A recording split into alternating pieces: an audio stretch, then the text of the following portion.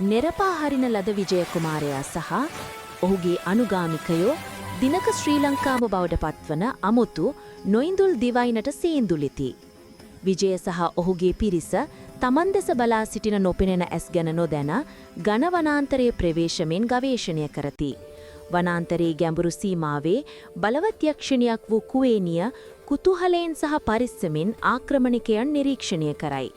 කුවේනිය ඇගේ පුරාණ මායාව භාවිතා කරමින් ඔවුන්ගේ නායකයාගේ අභිප්‍රායන් පරීක්ෂා කිරීම සඳහා විජයගේ අනුගාමිකයන් රහසින් කොටු කරගනී.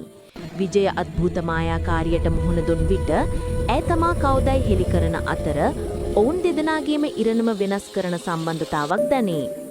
මේ භූමිය දිවිගලවා ගැනීමට විජයට උදව් කිරීමට කුවේනිය එකඟ වන අතර මිනිසා සහ යක්ෂණිය අතර බිඳෙන සුළු බැඳීමක් ඇතිවේ. කුවේනිය සහ විජය එක්ව ඔහුගේ අනුගාමිකයන් ආරක්ෂාව වෙත යොමු කරන අතර නවජනාවාසයක ආරම්භය ඇති කරයි.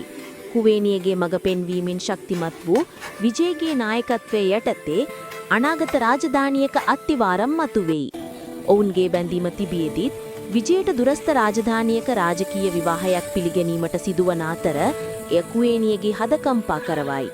ප්‍රතික්ෂේප වී සහ ශෝකයට පත් වූ කුවේනිය තම ජනතාව වෙත ආපසු යන අතර දිවයිනේ පුරාණ අතීතය පුරා දෝංකාර දෙන කේන්ද්‍රවාචකයක් මුද්‍රා තබයි.